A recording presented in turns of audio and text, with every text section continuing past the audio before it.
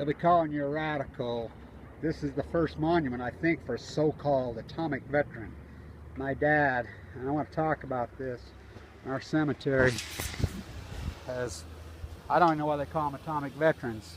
They were premeditated murdered. The United States Department of Energy murdered these guys.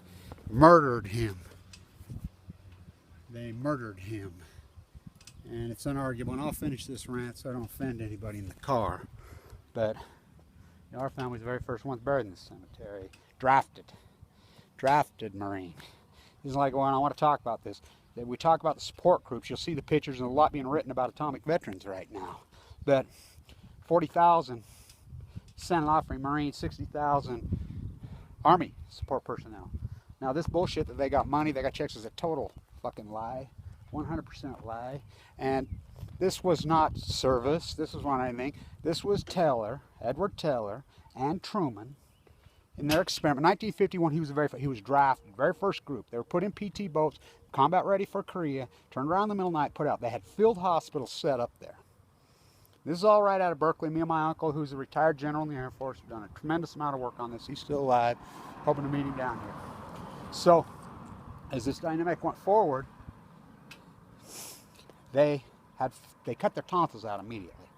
They killed a lot of them at the blast. So there's documentation all over. So it was Teller's idea. The Union McCarthy radical freaks went along, but Oppenheimer, Einstein, anybody who was anybody advised them not to do this. What did it accomplish? He says all you're going to do is kill them, and you're probably going to kill their offspring. This is premeditated murders. Premeditated. That's all.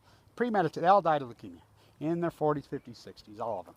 Now they're kids. So what? Now Kevin Blanche has AML. Well, I got AML leukemia, was given 2 months to live 4 years ago. That's no coincidence. There's 300,000 of us. Nobody gives a fuck about us.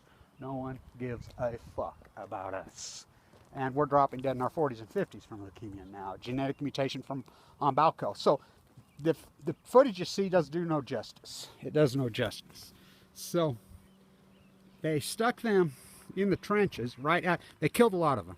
Now my dad was Semper Fi as they get. But, you know, on his deathbed I had lots and lots of talks with him.